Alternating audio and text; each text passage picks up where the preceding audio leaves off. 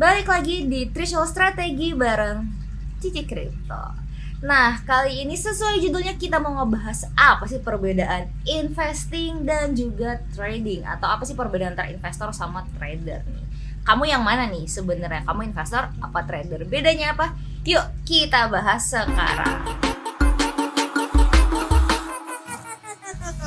Oke, ada beberapa hal yang bisa menghasilkan cuan dari market cryptocurrency nih. Salah satunya kamu bisa mining, kamu bisa investing, dan kamu juga bisa trading. Oke, itu salah 3 ya.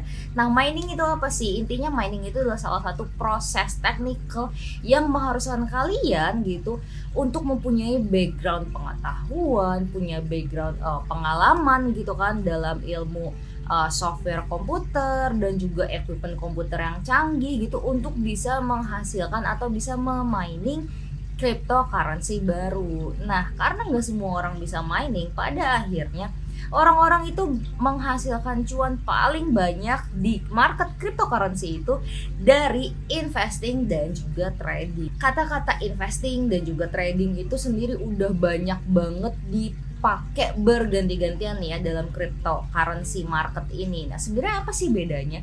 Kamu tuh harus tahu bedanya apa supaya kamu bisa paham goals kamu tuh apa sih. Nah, kalau misalkan kita pertama ngomongin investor dulu nih ya. Kalau dari sisi periode investasi atau periode keuangannya nih. Kalau investor itu dia bakalan nge-holdnya itu lebih lama. Jadi dia tuh mainnya long term ya.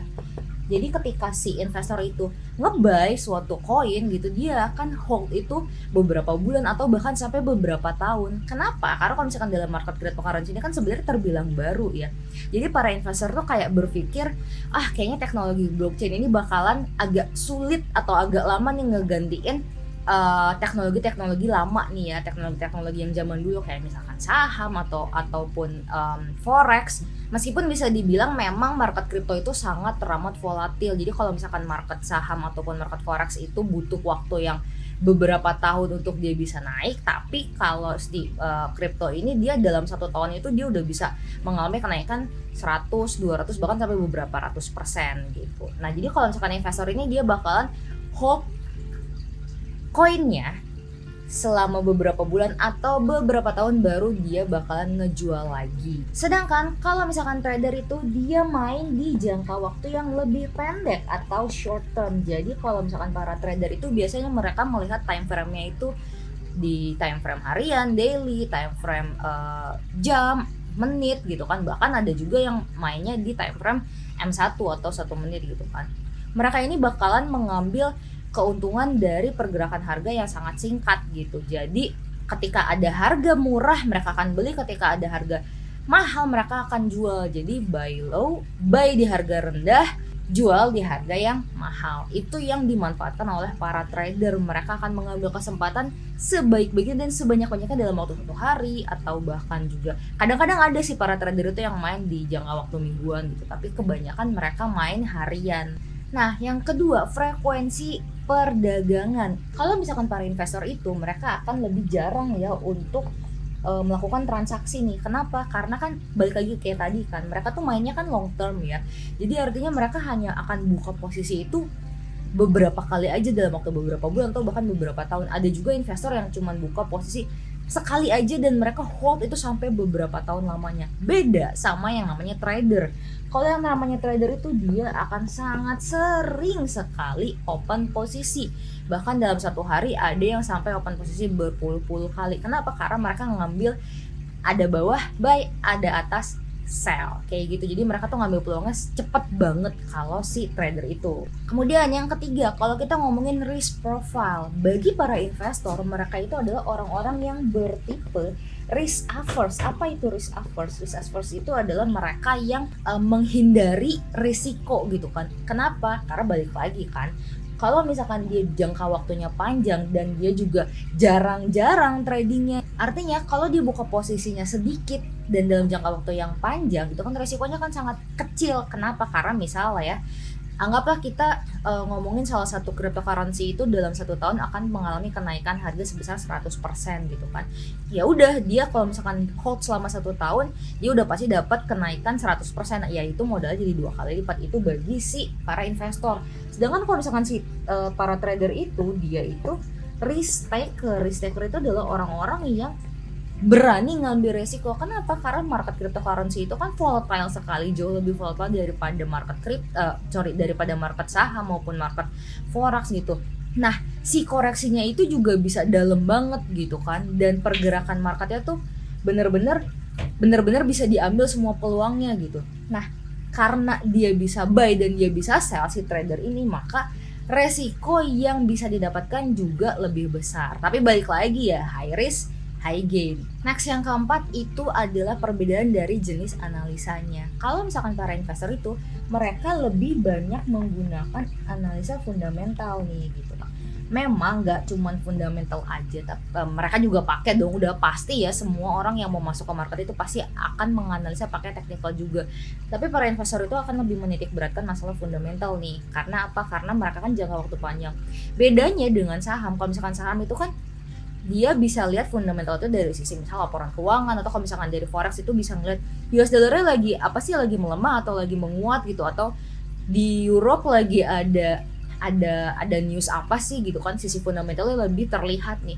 Tapi kalau di crypto sendiri itu fundamentalnya jauh lebih sulit gitu kan, karena kita nggak ada penentu yang pasti ini, apalagi kalau di crypto itu kan banyak sekali koinnya. Jadi biasanya para investor itu kalau misalkan mau ngeliat sisi fundamental dari si cryptocurrency itu, mereka biasanya ngeliat dari misal jumlah usernya ada berapa, terus si koin itu bisa digunakan di bisnis mana aja, udah gitu networknya kayak gimana, peluang kedepannya kayak gimana, kemudian apakah ada support, ada dukungan kah dari pemerintah di negara tertentu gitu, atau ada yang beroposisi kayak misalkan di Tiongkok atau di Cina itu kan dia oposisi terhadap cryptocurrency.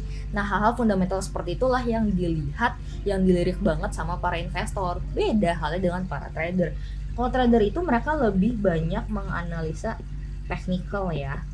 Tapi balik lagi, para trader juga udah pasti ngeliatin fundamental, tapi fundamental yang dalam jangka waktu pendek aja gitu. Kayak misalkan si Ripple lagi mau ada sidang dan segala macem. Kenapa para trader lebih mengedepankan technical analysis? Karena kan tadi kan mereka harus tahu di mana sih posisi yang terbaik buat mereka nge-buy. Udah murah belum harganya? Terus kalau misalkan udah mahal, kalau misalkan mereka mau nge-sell itu udah mahal belum harganya? Makanya mereka lebih menitik beratkan di analisa teknikalnya nih. Nah, yang kelima perbedaannya dari sisi profit ya. Profitnya nih, oke. Karena ada beberapa profit dan ini kayaknya nggak cukup, jadi Cici hapus dulu ya. Nah, profit yang bisa didapetin sama investor dan trader itu sebenarnya sama ya. Sama-sama mereka bisa dapat capital gain, mereka bisa dapat hard fork, airdrop. Cuman kalau investor bisa dapat dividen, si trader ini nggak bisa. Nah, kita bahas satu-satu ya. Capital gain itu adalah kenaikan harga, atau kalau misalkan si trader itu juga bisa mendapatkan cuan dari penurunan harga gitu kan. Kalau misalkan harganya naik, bagi para investor udah pasti dia cuan. Kalau misalkan trader harganya turun pun mereka bisa cuan gitu kan. Nah, hard fork, apa sih hard fork? Jadi hard fork itu adalah fenomena di mana satu koin itu di split jadi dua gitu kan, dan di mana si pemegang koin asli yang belum di-split itu berhak atas koin gratis setelah si koin itu di-split. Jadi contohnya tuh si BCH ya, atau Bitcoin Cash. Bitcoin Cash itu kan adalah hasil split dari Bitcoin gitu kan. Nah, para pemegang Bitcoin itu mereka mendapatkan BCH atau Bitcoin Cash dalam wallet Bitcoin mereka sebagai free coin. Nah, kemudian airdrop itu apa sih? Airdrop itu sebenarnya kayak semacam hadiah gitu yang dibagi-bagi gratis sama para developer atau sama para pemegang project. Biasanya sih itu project-project koin baru gitu, mereka bagi-bagi gratis tanpa ada alasan bukan tanpa ada alasan apapun ya, tanpa ada ketentuan khusus gitu bagi para penerimanya. Buat apa sih? Sebenarnya cuma buat marketing aja, supaya mereka menaikkan publicity dari koin-koin tersebut.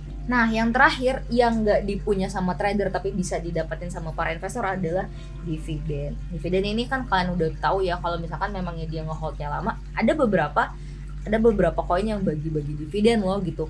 Ternyata memang di cryptocurrency bagi dividen juga, bukan cuma di market saham aja. Ada bentuk lain dari dividen yang unik dalam cryptocurrency, itu namanya burn coin, atau koinnya itu dibakar lah gitu kan.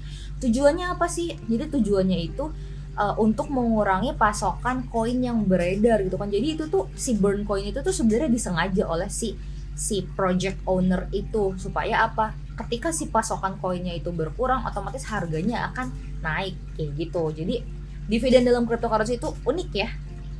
Nah, jadi kita udah belajar ya hari ini apa sih perbedaannya antara seorang investor dan seorang trader.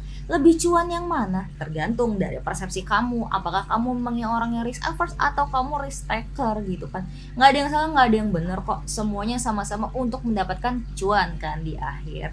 Nah, tapi yang paling penting adalah bijaksanalah dalam mengelola keuangan kamu. Baik itu kamu mau memasukkannya ke dalam investasi atau kamu mau mentradingkan dana itu. Yang paling benar adalah bijaksana dan belajar dulu.